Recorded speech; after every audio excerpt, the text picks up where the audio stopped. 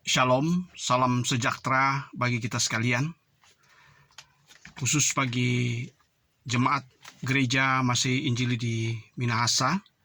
Pada sepanjang minggu ini kita akan merenungkan firman Tuhan yang sudah dipilih oleh gereja kita dalam pembacaan Alkitab Matius pasal 25 ayat 14 sampai dengan 30. Sekali lagi, Matius 25 ayat 14 sampai 30. Kita akan baca bersama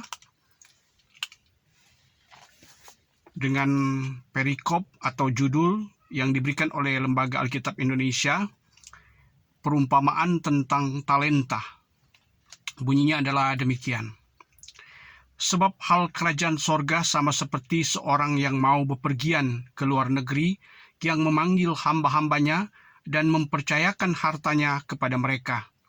Yang seorang diberikannya 5 talenta, yang seorang lagi 2, dan yang seorang lagi 1, masing-masing menurut kesanggupannya, lalu ia berangkat. Segera pergilah hamba yang menerima 5 talenta itu. Ia menjalankan uang itu lalu beroleh laba 5 talenta. Hamba yang menerima 2 talenta itu pun berbuat demikian juga dan berlaba 2 talenta. Tetapi hamba yang menerima 1 talenta itu pergi dan menggali lubang di dalam tanah, lalu menyembunyikan uang tuannya. Lama sesudah itu, pulanglah tuan hamba-hamba itu, lalu mengadakan perhitungan dengan mereka. Hamba yang menerima 5 talenta itu datang dan ia membawa laba 5 talenta. Katanya, "Tuan, 5 talenta Tuan percayakan kepadaku. Lihat, aku telah beroleh laba 5 talenta." Maka kata tuannya itu kepadanya, "Baik sekali perbuatanmu itu, hai hambaku yang baik dan setia. Engkau telah setia dalam perkara kecil. Aku akan memberikan kepadamu tanggung jawab dalam perkara yang besar.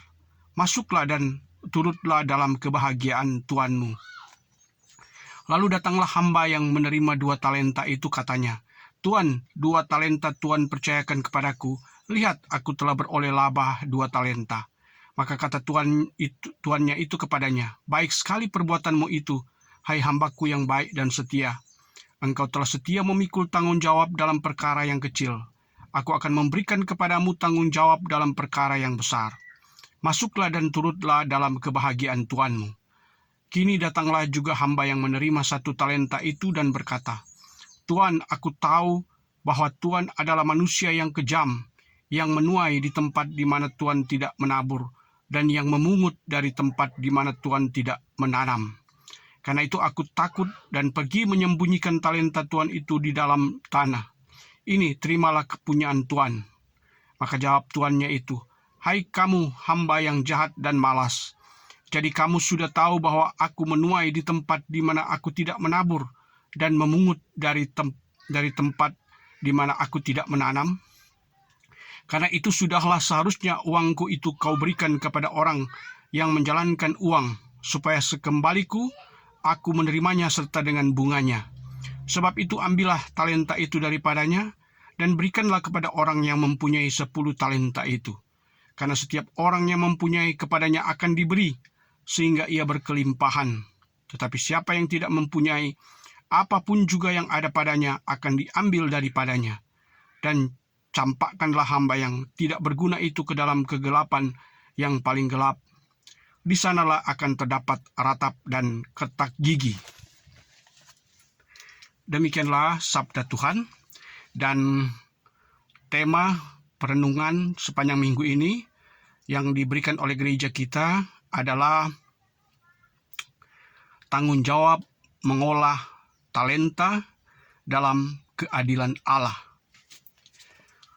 Saudaraku yang kekasih, kitab Injil yang baru kita baca adalah kitab Injil yang diyakini sebagai tulisan dari Matius.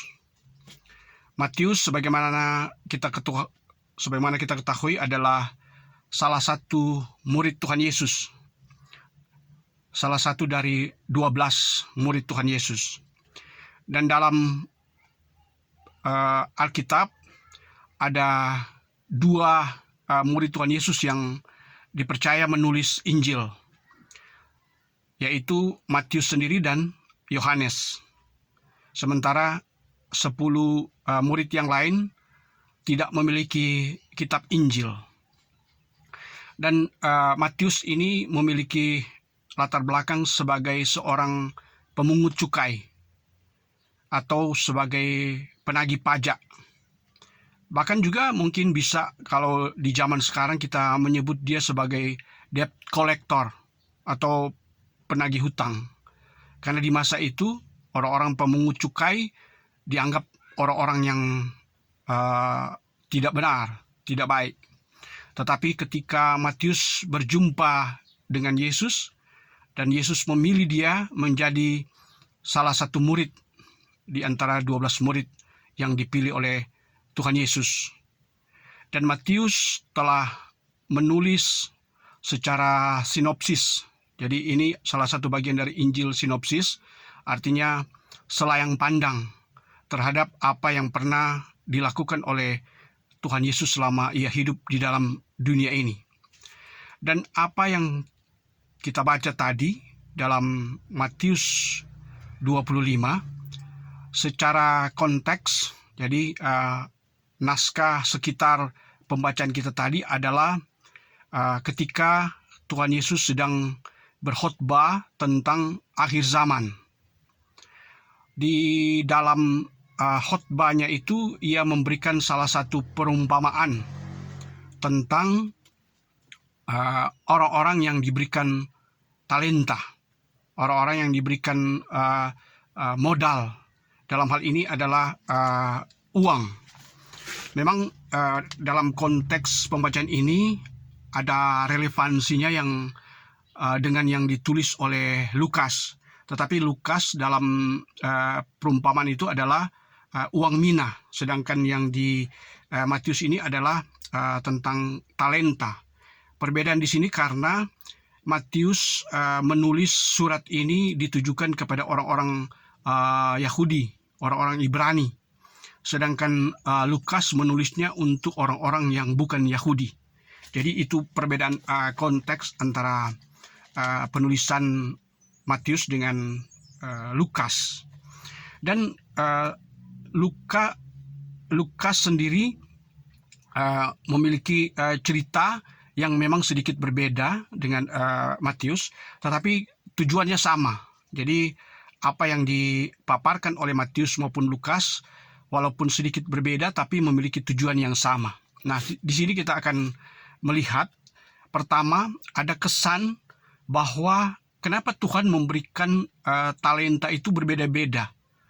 Kalau orang mungkin akan melihat secara keadilan, kenapa Tuhan tidak adil? Memberikan misalnya masing-masing saja 5 talenta. Tetapi ini ada yang 5, ada yang 2, ada yang 1. Seakan-akan Tuhan itu tidak adil. Tetapi sesuai dengan yang kita baca tadi, Tuhan memberikan sesuai dengan kesanggupan. Jadi setiap orang itu memiliki kesanggupannya dalam mengolah talenta yang diberikan. Setiap orang memiliki talenta yang berbeda-beda. Ada orang yang diberikan talenta menjadi dokter, ada yang menjadi petani, ada yang menjadi birokrat, ada yang menjadi sopir, ada yang menjadi pelaut, atau juga mungkin yang menjadi wartawan dan sebagainya. Itu adalah talenta-talenta yang berbeda-beda. Tetapi apakah talenta yang diberikan oleh Tuhan itu kita gandakan, kita kembangkan? Itulah yang menjadi pertanyaan. Dan sebagaimana yang disampaikan oleh Tuhan Yesus dalam perumpamaan ini, memberikan satu motivasi, dorongan bahwa setiap talenta itu kalau diolah, dikembangkan, maka akan berbuah, maka akan berhasil. Sama seperti yang diumpamakan orang yang diberikan 5 talenta. Ketika Tuhan datang, dia melaporkan bahwa dia sudah menggandakan talenta, dia sudah menggandakan uang yang pernah diberikan oleh tuannya kepada dia. Dan dia mendapatkan kehormatan dari tuannya, sehingga dia dianggap setia, dan dia diberikan hadiah sesuai dengan kemampuan yang dia berikan. Begitu juga dengan yang diberikan dengan 2 talenta. Dia juga melaporkan hal yang sama, dan tuannya menghargai dan menghormati dia karena telah melakukan pekerjaannya dengan setia dan dengan rajin.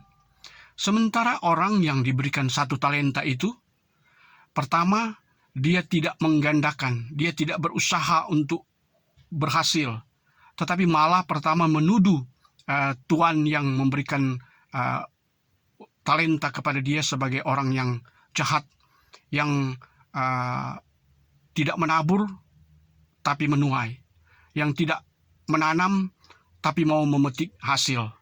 Ini suatu tuduhan. Tetapi apa yang kemudian dikatakan oleh tuannya bahwa kamu adalah orang yang jahat dan malas. Jadi di sini ada hal yang kita pelajari bahwa orang yang menerima 1 talenta ini dianggap sebagai orang yang jahat dan malas. Ini yang jadi gambaran dalam kehidupan kita sehari-hari.